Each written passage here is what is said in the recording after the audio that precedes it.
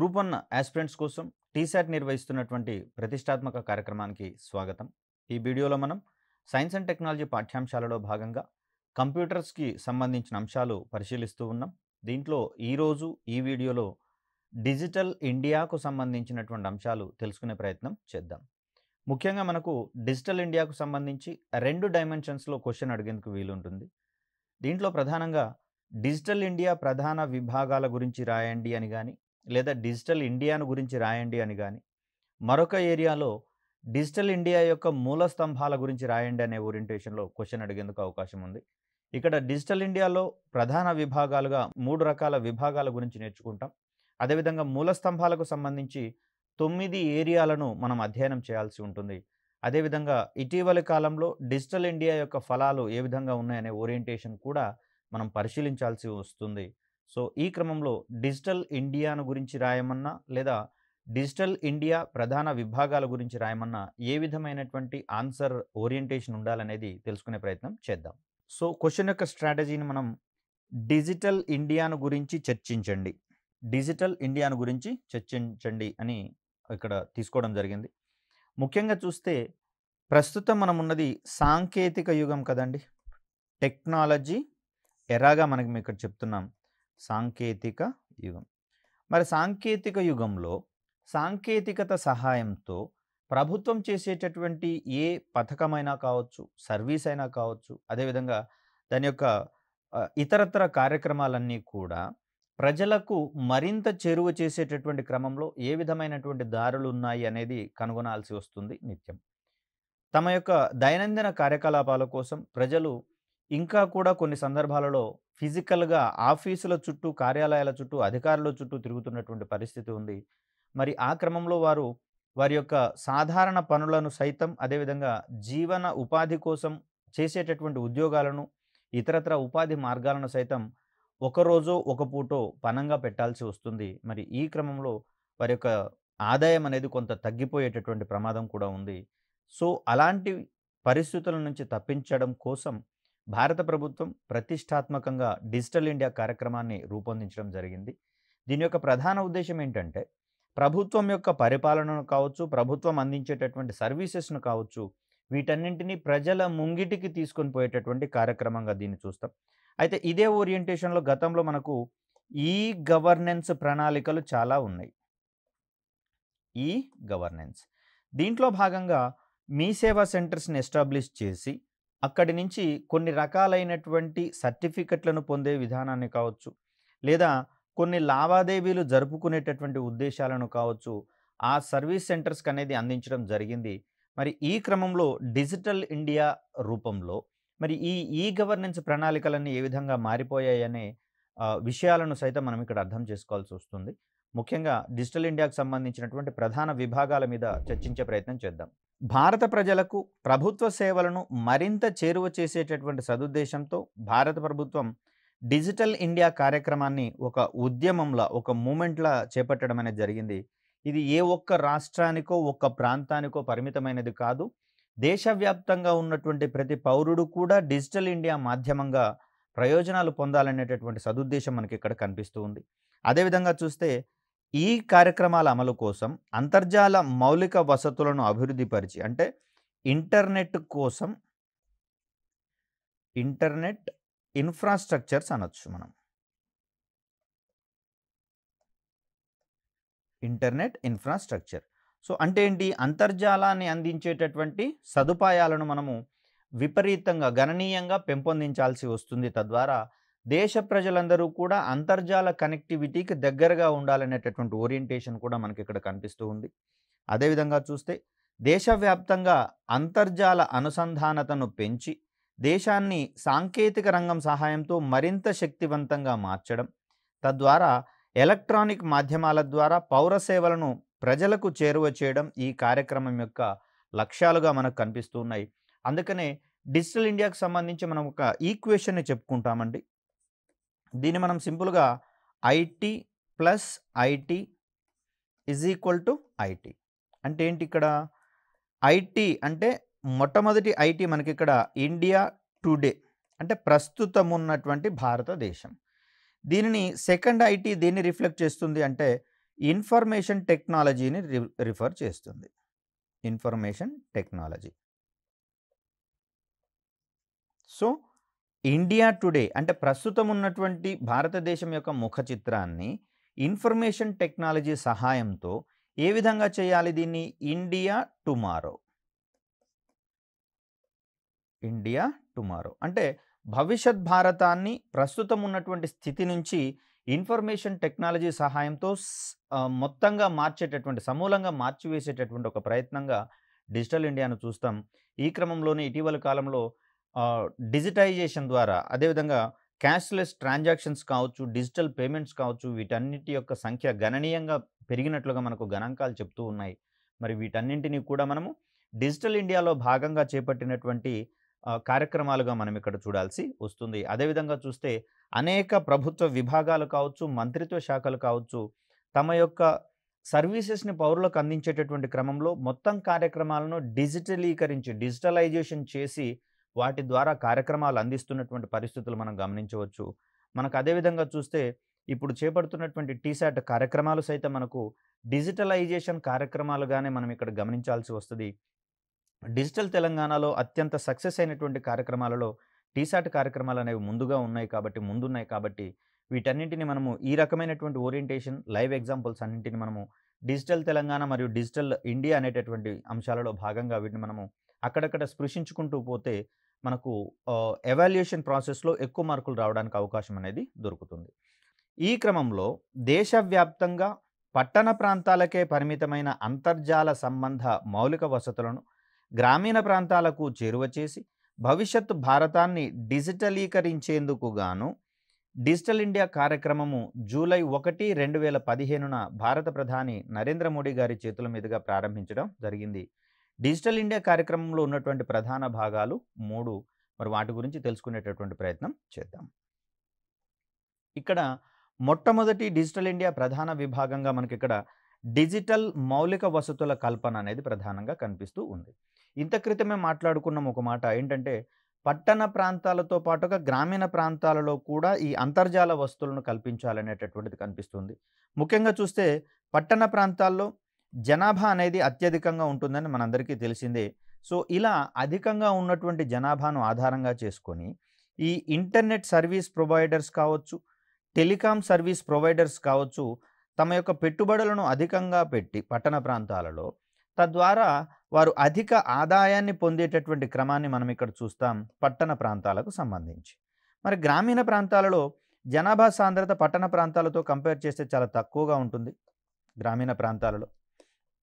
మరి ఆ క్రమంలో ఇంత పెద్ద మొత్తంలో ఇన్ఫ్రాస్ట్రక్చర్ని అక్కడ ప్రొవైడ్ చేయడం ద్వారా, టవర్స్ వేయడం ద్వారా కావచ్చు, ఓఎఫ్సి కేబుల్స్ని వేయడం ద్వారా కావచ్చు, వారు పెట్టుబడిని ఎక్కువ పెట్టాల్సి వస్తుంది. కానీ ఆదాయం విషయానికి వచ్చేసరికి గ్రామీణ ప్రాంతాలలో అందరూ సంబంధిత అంతర్జాల సేవలను ఉపయోగించుకుంటారా, పొందుతారా అంటే దానికి సంబంధించినటువంటి క్లారిటీ అనేది కొంత లేదు కాబట్టి, అష్యూరెన్స్ లేదు కాబట్టి ఇక్కడ గ్రామీణ ప్రాంతాలలో నేటికి చూస్తే ఈ ఇంటర్నెట్ సర్వీసెస్ కావచ్చు, టెలికాం సర్వీసెస్ కావచ్చు చాలా తక్కువగా ఉంటున్నాయి. కాబట్టి మరి ఈ పరిస్థితులను సమూలంగా మార్చివేయాలి అంటే ఉద్యమంలో ఏదైనా ఒక ప్రోగ్రాం అనేది రన్ కావాల్సి వస్తుంది.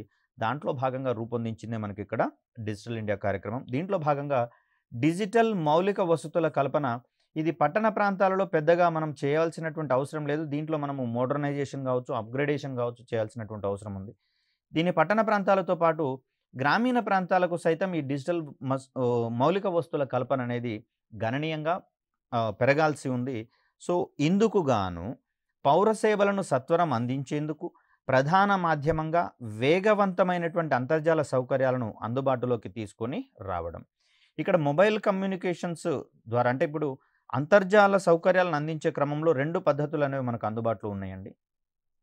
ఒకటి తంత్రి విధానము, దీన్ని మనము వైర్డ్ ప్రొసీజర్ అంటాము. ఇంకొకటి నిస్తంత్రి విధానము, వైర్లెస్ టెక్నాలజీ. వైర్లెస్ టెక్నాలజీగా మనం ఇక్కడ చూస్తాం. ఓఎఫ్సిస్ ద్వారా మనం ప్రస్తుతము బ్రాడ్బ్యాండ్ సౌకర్యాన్ని కల్పిస్తున్నాం. దీన్ని మనం తంత్రి విధానంలో అంతర్జాల సౌకర్యాలను కల్పించడం అంటాం. వైర్లెస్ విధానాల్లో భాగంగా సిమ్ కార్డ్స్ ద్వారా అంటే మొబైల్ ఫోన్స్, స్మార్ట్ ఫోన్స్ ద్వారా కావచ్చు, అదేవిధంగా వైఫై రూటర్ల ద్వారా కావచ్చు అందించేటటువంటివి మనకి ఈ మధ్యకాలంలో చూస్తూనే ఉన్నాం. వీటి ద్వారా వచ్చేటటువంటి అంటే ఒక మొబైల్ కనెక్షన్ ద్వారా గనక మనకు అంతర్జాల సౌకర్యాలు అందుతూ ఉంటే వాటిని మనము నిస్తంత్రి విధానంలో పొందుతున్నట్లుగా భావిస్తూ ఉంటాం. అవసరాన్ని బట్టి 2 రకాలైనటువంటి మార్గాల ద్వారా మనం ఇక్కడ అంతర్జాల సౌకర్యాలను అందించే ప్రయత్నం చేస్తాం. సో, మరి అలాంటి సందర్భంలో వేగవంతమైన అంతర్జాల సౌకర్యాలు కావాలి అంటే మనకు తంత్రి విధానమే శ్రేయస్కరము. నిస్తంత్రి విధానంలో అక్కడ ఉన్నటువంటి టవర్‌కి అందించినటువంటి కనెక్షన్స్ ఆధారంగా ఆ అంతర్జాలం యొక్క వేగం అనేది తగ్గుతూ ఉంటుంది కాబట్టి, మనకు ఓఎఫ్‌సి కేబుల్ల ద్వారా వచ్చే బ్రాడ్‌బ్యాండ్ సౌకర్యాల ద్వారానే నెట్ యొక్క వేగం అనేది ఎక్కువగా ఉంటున్న విషయాన్ని ఇక్కడ మనం గమనించుకోవాలి. ప్రతి పౌరుడికి ఆజన్మాంతం ఏకైక డిజిటల్ గుర్తింపును అందించడం, నాణ్యమైన ఉన్నత ప్రమాణాలు కలిగినటువంటి ఆన్‌లైన్ సౌకర్యాలు కల్పించడము. సో, ఇది డిజిటల్ మౌలిక వసతుల కల్పనకు సంబంధించినటువంటి అంశంగా చూస్తాం. ఆజన్మాంతం ఏకైక డిజిటల్ గుర్తింపు అంటే వ్యక్తి పుట్టిన దగ్గర నుంచి తను మరణించే వరకు కూడా తన ఐడెంటిఫికేషన్ కోసం ఒక డిజిటల్ గుర్తింపు అనేది రావాలి. దీన్ని ప్రస్తుతం మనము ఆధార్‌కి సంబంధించినటువంటి అంశంగా చూస్తూ ఉన్నాం.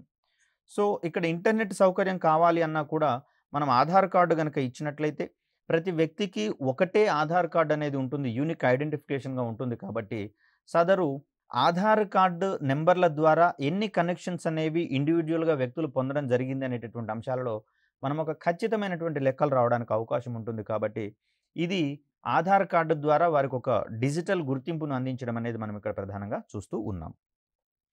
అదేవిధంగా చూస్తే డిజిటల్ ఆర్థిక కార్యకలాపాలను చేపట్టేందుకు దేశ ప్రజల మొబైల్ ఫోన్, బ్యాంక్ అకౌంట్ అనుసంధానతను ఆధారంగా చేసుకోవడం. ఇటీవల కాలంలో బ్యాంక్‌లో అకౌంట్ తీయాలి అంటే కంపల్సరీ ఆధార్ కార్డో, పాన్ కార్డో వీటితో పాటుగా మొబైల్ నంబర్‌ని కూడా మ్యాండేట్ చేయడం జరిగింది. కంపల్సరీ చేయడం జరిగింది. దాని ద్వారా బ్యాంకింగ్ ట్రాన్సాక్షన్స్‌కి సంబంధించి ప్రతి ఒక్క అంశం కూడా ఎస్ఎంఎస్‌ల రూపంలో సకాలంలో మనకు అందేటటువంటి వీలుంటుంది. తద్వారా జరిగేటటువంటి ఫ్రాడ్‌లను మనం సకాలంలో నివారించడానికి సైతం అవకాశం ఉంటుంది. సో, ఈ క్రమంలోనే మనం చేసినటువంటి ఒక అనుసంధాన కార్యక్రమంగా జామ్ అనేది కనిపిస్తూ ఉంటుంది. ఇందులో జే అనేది జనధన్ యోజన, అదేవిధంగా చూస్తే ఏ అనేది Aadhaar card, M for mobile. అంటే ఇటీవల కాలంలో ప్రతి ఒక్కరూ బ్యాంకింగ్ ట్రాన్సాక్షన్స్ పరిధిలోకి రావాలని, బ్యాంకింగ్ ఎకానమీ సంబంధించినటువంటి అంశాలలో అందరికీ అవగాహన ఉండాలనేటటువంటి ఉద్దేశంతో పెద్ద మొత్తంలో దేశవ్యాప్తంగా జనధన్ అకౌంట్ అంటే ఖాతాలను అందించడం జరిగింది. సో, ఈ జనధన్ యోజనకు ఆధార్ కార్డు, మొబైల్ మూడింటిని అనుసంధానం చేయడం ద్వారా ఏర్పడిందే మనకిక్కడ జామ్ అనేటటువంటి వ్యవస్థ. తద్వారా ఇక్కడ డిజిటల్ ఎకానమీకి సంబంధించి కావచ్చు, బ్యాంకింగ్ వ్యవస్థ యొక్క సర్వీసులు అందజేయడంలో కావచ్చు, పౌరులకు ఒక ఖచ్చితమైన అవగాహన రావడం అనేది జరుగుతుంది. అదేవిధంగా చూస్తే ఉమ్మడి సేవా కేంద్రాల ద్వారా వీటిని మనము కామన్ సర్వీస్ సెంటర్స్ అంటాము. ఇక్కడ ప్రభుత్వ ఫలాలను సులభంగా అందుకునేలా చూడడం. అంటే ప్రభుత్వం అందించేటటువంటి సామాజిక ప్రయోజనాలు ఏవైతే ఉన్నాయో వాటిని ప్రజలందరూ కూడా ఈజీగా అందుకునేటటువంటి క్రమాన్ని చూస్తాం.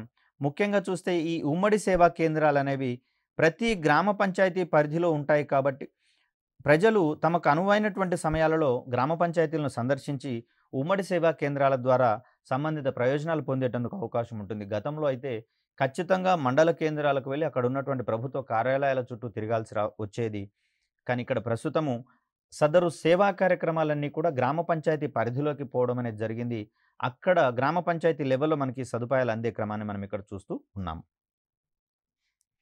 అదేవిధంగా చూస్తే పబ్లిక్ క్లౌడ్ కంప్యూటింగ్ ద్వారా వ్యక్తిగత సమాచారాన్ని సురక్షితం చేసుకోవడంలో ప్రజలకు అవగాహన పెంచడం. పబ్లిక్ క్లౌడ్ కంప్యూటింగ్ ద్వారా అంటే ప్రజలందరికీ వినియోగించబడేటటువంటి క్లౌడ్ కంప్యూటింగ్ వ్యవస్థగా మనం ఇక్కడ చూస్తాం. కొన్ని ముఖ్యమైనటువంటి డాక్యుమెంట్స్ కేవలం మన మొబైల్‌లోనో, కంప్యూటర్‌లోనో లేదా బీరువాలలోనో భద్రపరిచినట్లయితే వాటిని ఎప్పుడు పడితే అప్పుడు మనము యాక్సెస్ చేసుకోవడానికి అనువుగా ఉండవు. వాటికి బదులుగా సంబంధిత డాక్యుమెంట్స్‌ని కొన్ని క్లౌడ్ కంప్యూటింగ్ వేదికలలో నిక్షిప్తం చేసుకున్నట్లయితే అవి సుదూరంలో ఉన్నటువంటి సర్వర్‌లలో భద్రంగా నిక్షిప్తం కాబడతాయి. వాటిని మనం ప్రపంచవ్యాప్తంగా ఎక్కడి నుంచైనా సరే మనం యాక్సెస్ చేసుకునేటందుకు వీలుంటుంది కాబట్టి ఇటువంటి అంశాన్ని ఇక్కడ ప్రొవైడ్ చేయడం జరిగింది. ఇందుకోసం డిజైన్ చేసినటువంటి ఒక సర్వీస్‌గా మనకిక్కడ డిజిలాకర్ అనేది కనిపిస్తూ ఉంది. ప్రధానంగా ఈ మధ్య కాలంలో ఆర్‌టీఏ అధికారులకు కావచ్చు, పోలీసు అధికారులకు కావచ్చు, ప్రభుత్వం నుంచి కేంద్ర స్థాయిలో, రాష్ట్ర స్థాయిలో ఖచ్చితమైనటువంటి ఆదేశాలు రావడం జరిగింది. ప్రజలు తమ యొక్క డాక్యుమెంట్స్, డ్రైవింగ్ లైసెన్సు, తమ యొక్క వెహికల్ యొక్క ఆర్‌సీ కార్డు ఇట్లాంటివి ఫిజికల్‌గా చూపించాల్సినటువంటి అవసరం లేకుండా ఇటువంటి క్లౌడ్ కంప్యూటింగ్ వేదికలలో వాటిని నిక్షిప్తం చేసినటువంటి డాక్యుమెంట్స్‌ని చూపించినా కూడా ఒరిజినల్‌గానే పరిగణించాల్సిందిగా ఇన్‌స్ట్రక్షన్స్ అనేది రావడం జరిగింది. సో, ఈ క్రమంలో చూస్తే సురక్షితమైన, భద్రతతో కూడినటువంటి సైబర్ కార్యకలాపాల నిర్వహణ.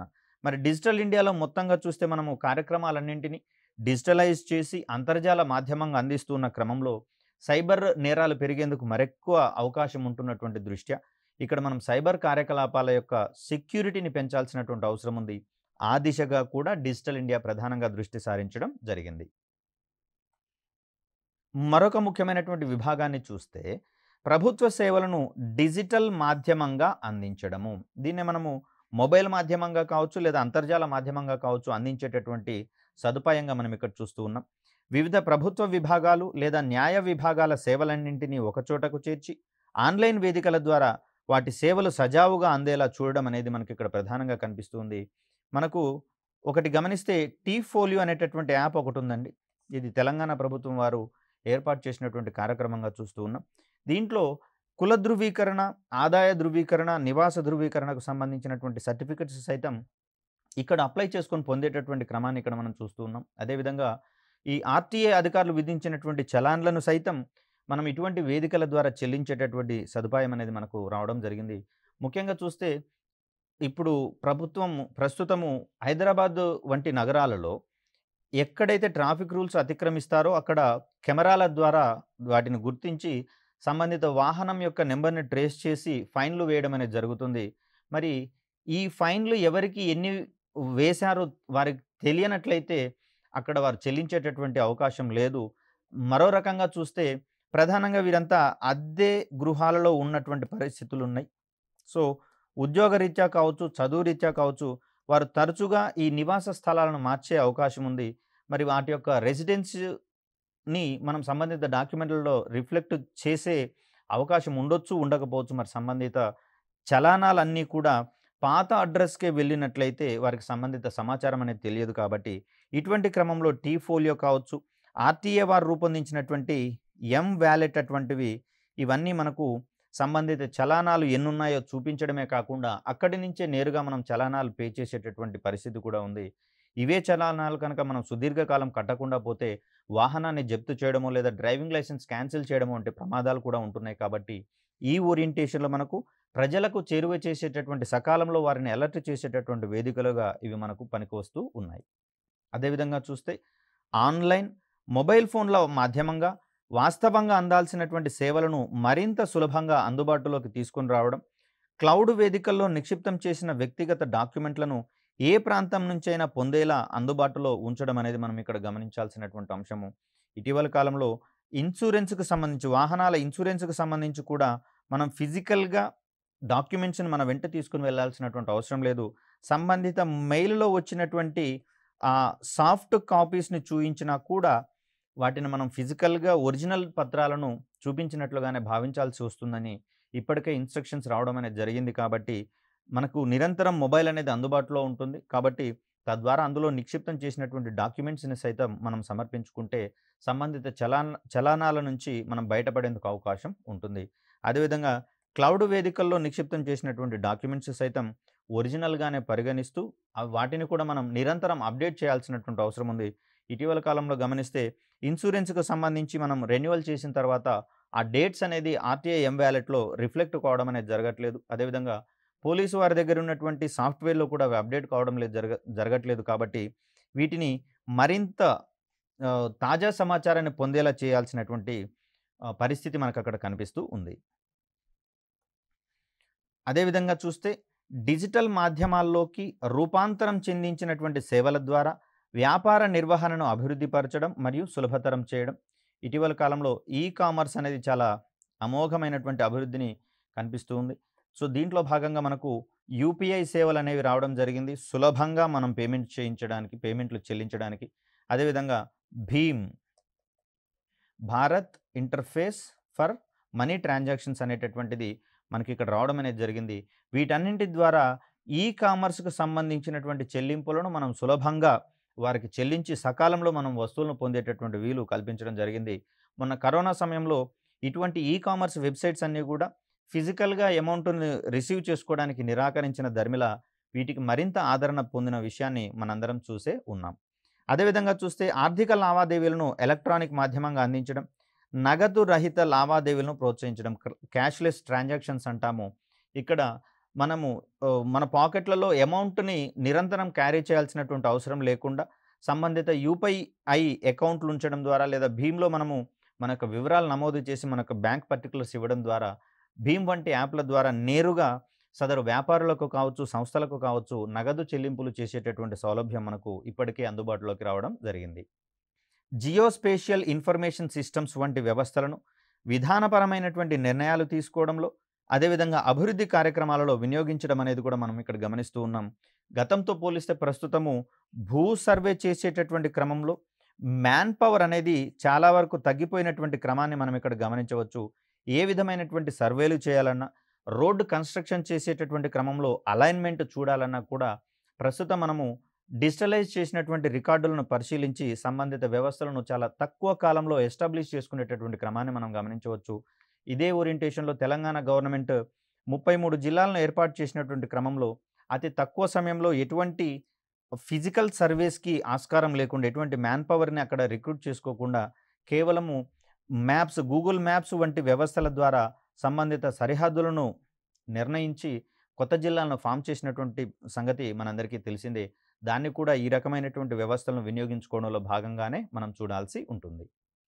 మరి డిజిటల్ మౌలిక వస్తువులను కల్పించడం మాత్రమే సరిపోదు. మరొక ముఖ్యమైనటువంటి అంశం ఏందంటే, ప్రజలందరికీ కూడా డిజిటల్ అక్షరాస్యతను కల్పింపజేయడం అనేది మనం రెండవ ప్రధానమైనటువంటి విభాగంగా చూస్తాం. దీంట్లో భాగంగా డిజిటల్ ఇండియా అనేది ప్రజలందరికీ డిజిటల్ అక్షరాస్యతను కల్పించడం కూడా తన యొక్క ప్రాథమిక విధిగానే పరిగణించి అందుకు సంబంధించినటువంటి కార్యక్రమాలను రూపొందించి అమలుపరుస్తూ ఉంది. దీంట్లో భాగంగా సార్వత్రిక డిజిటల్ అక్షరాస్యత, దీన్నే యూనివర్సల్ డిజిటల్ లిటరసీగా మనం ఇక్కడ చూస్తాం. సో దీన్ని దేశవ్యాప్తంగా సాధించడం, అదేవిధంగా చూస్తే దేశ ప్రజలందరికీ వినియోగపడేలా సార్వత్రికంగా డిజిటల్ వనరులను అభివృద్ధి పరచడం, మొబైల్ మాధ్యమంగా కావచ్చు, అదేవిధంగా ఆన్‌లైన్ మాధ్యమంగా కావచ్చు.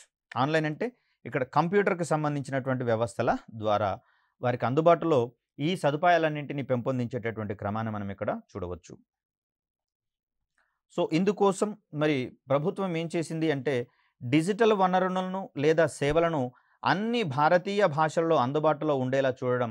ఇక్కడ ఆన్‌లైన్ మాధ్యమంలో సునిశితంగా గమనిస్తే ప్రతి సమాచారం కూడా కామన్‌గా ఇంగ్లీష్‌లోనే లభ్యమవుతుందండి.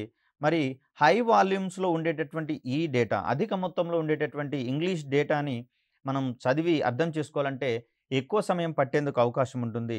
తద్వారా ప్రజలు కొంత గందరగోళానికి గురయ్యే అవకాశం కూడా ఉన్నటువంటి దృష్ట్యా ఈ ఇంగ్లీష్‌లో ఉన్నటువంటి సమాచారాన్ని భారతీయ భాషల్లో అందించడానికి గాను ప్రతి సర్వీస్ ప్రొవైడర్ కావచ్చు, వెబ్ సర్వీసెస్ అందించేటటువంటి వారు కావచ్చు, తమ యొక్క సమాచారాన్ని ఇతర భాషలలో కూడా పొందుపరిచి అక్కడ అందుబాటులో ఉంచేలా చేయడం అనేది మనకు డిజిటల్ అక్షరాస్యతను కల్పించడం అనే ఏరియాలో భాగంగా కనిపిస్తూ ఉంది. మరొక అంశాన్ని గమనిస్తే ప్రభుత్వ పాలనను అందుకునేటటువంటి క్రమంలో డిజిటల్ వేదికల మధ్య పరస్పర సహకారాన్ని సాధించడం. భారత పౌరులు ఎవరైనా ప్రభుత్వ డాక్యుమెంట్లు లేదా సర్టిఫికెట్లను భౌతికంగా సమర్పించాల్సిన అవసరం లేని డిజిటల్ వేదికలను అభివృద్ధి పరచడం అనేది మనకి ఇక్కడ ప్రధానంగా కనిపిస్తుంది. దీనికి ఉదాహరణగా మనం ఇక్కడ ఆర్టీఏ వ్యాలెట్‌కి సంబంధించినటువంటి అంశాన్ని చూస్తూ ఉన్నాం. ఇంత క్రితమే చెప్పుకున్నాం, వాహనాలకు సంబంధించి ఇన్సూరెన్స్‌ని మనం కడుతూ ఉన్నాం. మరి ఇన్సూరెన్స్ కట్టినప్పుడు సంబంధిత ఇన్సూరెన్స్ ఏజెంట్స్ మనకు ఒక డాక్యుమెంట్‌ని సమర్పించడం అనేది జరుగుతుంది. సో దీంట్లో 1 సంవత్సరం కాలానికి మనం దాన్ని రెన్యువల్ చేసుకోవడం అనేది జరుగుతుంది. ఫర్ సపోజ్ ఇప్పుడు ఇదే ఆర్టీఏ వ్యాలెట్‌లో మనకు వెహికల్‌కి సంబంధించినటువంటి ఆర్‌సీ కార్డ్ ఉంటుంది. దీన్నే మనము వాహన రిజిస్ట్రేషన్‌కి సంబంధించినటువంటి డాక్యుమెంట్‌గా చెప్తున్నాం. దీంట్లో సైతం మనకు వాహనం యొక్క ఇన్సూరెన్స్ వివరాలనేవి మనకు లాస్ట్‌లో అందుబాటులో ఉండడం జరుగుతుంది. సో ఎప్పుడైతే మనము ఈ ఇన్సూరెన్స్‌ని రెన్యువల్ చేస్తామో ఇమ్మీడియేట్‌గా ఇది ఫిజికల్‌గా కాదు, సాఫ్ట్ కాపీగానే ఉంటుంది కాబట్టి సంబంధిత ఆర్టీఏ వ్యాలెట్‌లో ఉన్న ఈ ఆర్‌సీ కార్డ్‌లో కూడా రిఫ్లెక్ట్ అవ్వగలిగితే ప్రజలకు అక్కడ అసౌకర్యం అనేది జరగదు.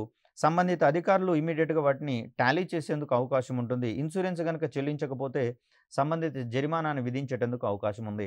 అయితే ప్రస్తుతం ఈ ఏరియాలో కొంత గ్యాప్ అనేది మనకు కనిపిస్తూ ఉంది. కాబట్టి ఎప్పుడైతే ఇన్సూరెన్స్ ఏజెన్సీస్ ఒక పాలసీని రెన్యువల్ చేస్తాయో సంబంధిత అధికారులకు కావచ్చు, సంబంధిత విభాగాలకు కావచ్చు సమాచారాన్ని అందించి అప్డేట్ చేయాల్సినటువంటి అవసరం ఉంది. అదేవిధంగా పోలీస్ అధికారులు సైతం తనిఖీలు చేసేటటువంటి క్రమంలో ఈ డేటా అనేది రెన్యువల్ చేసిన తర్వాత అప్డేట్ అవుతున్నట్లుగా మనకక్కడ లేదు. సో, ఇలా చూస్తే ఈ 3 వేటికవే సొంత వ్యవస్థలుగా మనకు కనిపిస్తూ ఉన్నా కూడా ఇక్కడ ప్రజలకు అసౌకర్యాన్ని తగ్గించేటటువంటి క్రమంలో ఇవి 3 కూడా కలిసికట్టుగా పనిచేయాల్సి వస్తుంది. మరి కేవలం ఇన్సూరెన్స్‌కు సంబంధించే ఇంత మెకానిజం ఉన్నప్పుడు ప్రభుత్వంలో అనేకమైనటువంటి విభాగాలుంటాయి. మంత్రిత్వ శాఖలు గూడా మనకు అందుబాటులో ఉంటాయి. మరి అలాంటి పరిస్థితులలో వేటికవే ఉమ్మడిగా వాటి యొక్క కార్యాచరణను రూపొందించుకుంటే కాదు, అవన్నీ కూడా కలివిడిగా కలిసి పనిచేయాల్సినటువంటి అవసరం ఉంటుంది. గతంలో చూస్తే మనకు తెలంగాణ గవర్నమెంట్ ఇంటింటి సర్వేను నిర్వహించడం జరిగింది. ఈ ఇంటింటి సర్వేలో భాగంగా సేకరించినటువంటి సమాచారం ప్రస్తుతము 9కి పైగా మంత్రిత్వ శాఖలు తమ యొక్క వాస్తవ లబ్ధిదారుల యొక్క సమాచారాన్ని బేరీజు వేసుకునేటటువంటి క్రమంలో ఈ ఇంటింటి సర్వే సమాచారం ఉపయోగపడుతుందని ఒక ప్రాథమిక సమాచారం మనకు అందుబాటులో ఉంది. సరే, దీంట్లో నిజానిజాలు ఎంతున్నా కూడా సంబంధిత సమాచారం అనేది చాలా వ్యాలిడ్. సో, ఈ సమాచారాన్ని బేరీజు వేసుకుంటూ మిగతా డిపార్ట్మెంట్స్ కావచ్చు, మంత్రిత్వ శాఖలు కావచ్చు, ఆ సమాచారాన్ని టాలీ చేసుకుంటూ అందులో నిజానిజాలు ఏమున్నాయనేటటువంటి ఓరియంటేషన్‌లో తక్కువ సమయంలోనే మనం ఒక అంచనాకు రావడానికి అవకాశం ఉంటుంది. కాబట్టి ఈ క్రమంలో ప్రజలకు మరింత మెరుగైనటువంటి సర్వీసెస్ అందించాలి అంటే సంబంధిత విభాగాలన్నీ కూడా ఏకతాటి మీదకి రావాల్సి ఉంటుంది. అవన్నీ కూడా పరస్పర సహకారాన్ని అందించుకుంటూ సంబంధిత సేవలను ప్రజలకు అందించాల్సి ఉంటుంది. సో, ఇక్కడ ఈ క్రమంలో చూస్తే ప్రధానంగా డిజిటల్ ఇండియాకు సంబంధించి 3 ఏరియాలలో భారతదేశ వ్యాప్తంగా డిజిటల్ సాధికారతను సంపాదించుకోవడం అనేది ప్రధాన ఉద్దేశంగా మనకిక్కడ కనిపిస్తుంది. దీంట్లో భాగంగా చూస్తే డిజిటల్ మౌలిక వసతుల కల్పన, అదేవిధంగా డిజిటల్ మాధ్యమంగా ప్రభుత్వ సేవల కల్పన అనేది మనం చూసాం. డిజిటల్ మాధ్యమంగా ప్రభుత్వ సేవల కల్పన. మరొకటి గమనిస్తే డిజిటల్ అక్షరాస్యత.